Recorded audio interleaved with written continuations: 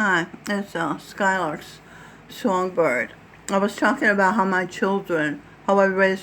cultivated my children, and that Bob Dylan put in my uterus.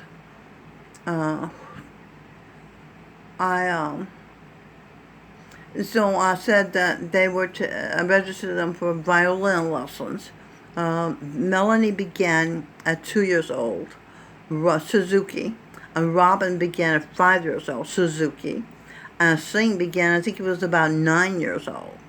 And Sing was the one that really could play the violin, but he wanted to be a guitar player. So I let him switch, fine. I just wanted them to know music, whatever instrument they wanted. I thought the violin was the best, so I always go for the best. My mother taught me, do the best. You can't afford to, do cheapo things. So they were in the Greenwich House Children's Orchestra, so they would play concerts. And Mrs. Morgenstern, Elvira Morgenstern, was their teacher. She had been a concert violinist for the Cincinnati, Ohio Symphony Orchestra. And she adopted us as my mother, and she turned me on to New York City, told me all about things. Brearley was a school Caroline Kennedy went to. NYU wasn't any good. The Harlem's Boys Choir was overrated. And go to the Cathedral Church of the Divine, St. John the Divine, on Christmas Eve, and you'll have a wonderful time singing carols. We did it for years. I can't remember everything she told me. When she went to Broadway weekly, she loved Broadway. She had a house in West Hampton, and we would go there on the weekends. And she had swans in her pond nearby, and she enriched our lives. She gave me some Izod shirts. All the kids were wearing Izod shirts with the lizards on the front. So she knew the guy that sold them or made them or something. She got me lots of Izod shirts for Robin. So when singing Robin, we're singing background on Eddie Murphy's album with Stevie Wonder's children, so-called children, Aisha and Kita. They commented on my children's designer clothes. And also there was a place on, what street? I think it's Greenwich. And it's called Second Cousins. And the rich white people were kind enough to donate their barely worn children's clothes there. So I'd go right in there and get Robin designer clothes.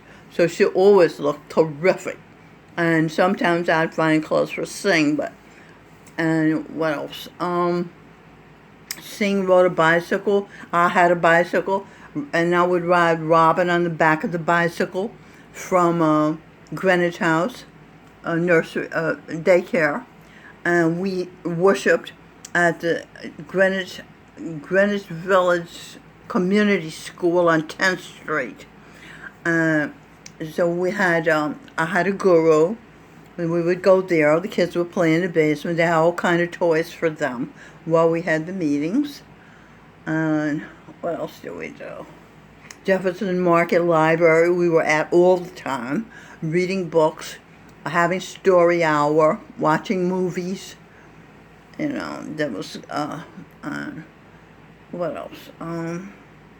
We were lactose vegetarians, so they had healthy diets. They were never sick, except they would get ear infections. So I'd get nervous and take them to Bellevue emergency. They were always good to us, and they always looked after the kids, Probably had I a father, I wouldn't have been so nervous. But anyway, I did that. And what else? Sing, after PS41, Sing got in St. Luke's. It's a private school. He loved it. They loved him. He did fencing, and he was in plays. He played a priest. He didn't want to play a priest. He wanted to play a slave. We didn't want him to play a slave. So he compromised and went on and played the part of a priest. They had lots of art there, and lots of things for the parents to get involved with. So I would go over there and be involved. And then in the second year, we didn't have the $400 that it was costing because I had gotten them a scholarship. And so Sean couldn't go back there. He was devastated. He had really good friends. He had birthday parties at Stevie Wonder's townhouse where Edwin was living. And those kids from St. Luke's would go there. You know, he had a really good, so that was sad. But we found a school called Clinton Program that was based on a private school. So, you know, it was a public school. I wasn't crazy, but it was okay. So he got an opportunity to go to summer camp in the Soviet Union. So I wanted him to know all kind of people. So I let him go to that summer camp. I don't know if it was so good because he came back and he wasn't so crazy about America. So, but, you know, they have to travel. You can't keep them, you know, in your bosom. They were all breastfed. I breastfed Sing for 8 months, Robin for 16 months, and Melanie for 19 months. So they got a good start in life. The best start, the perfect start that nature intended for the babies to have. Did I say we'll go to the library? We'll go to the bookstores and look at the books, and sometimes I'd buy them a book. I remember when we were in Queens, commuting from Queens to Manhattan to Greenwich House, I would give them books to read on the train. And one day this lady, just this nice middle-class black lady, complimented me for letting my children read books on the train. I said, okay. I thought it was a good idea. And I went to all the parent-teacher conferences.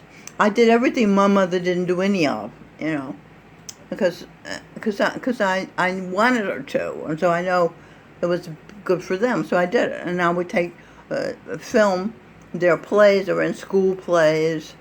Robin was in at Grace Church. She was Miss Hannigan and Annie, and then she played a Salvation Army officer in another play, and she sang in the choir thing, or whatever you call it, and with other kids. I like that whole group singing together. And Sing was on a program. He did break dancing. I was surprised. He was very good. Him and 2 other boys. And afterwards, I saw him signing an autograph. I like that. This was at PS 41. I'm skipping around now as things come to me. So, I said Mrs. Morgenstern was our surrogate grandmother, and so we would go to the Upper West Side where, because she got mad at Robin and yelled at her. So they fired her at Greenwich House, School of Music. So then we would go up to her house, her apartment.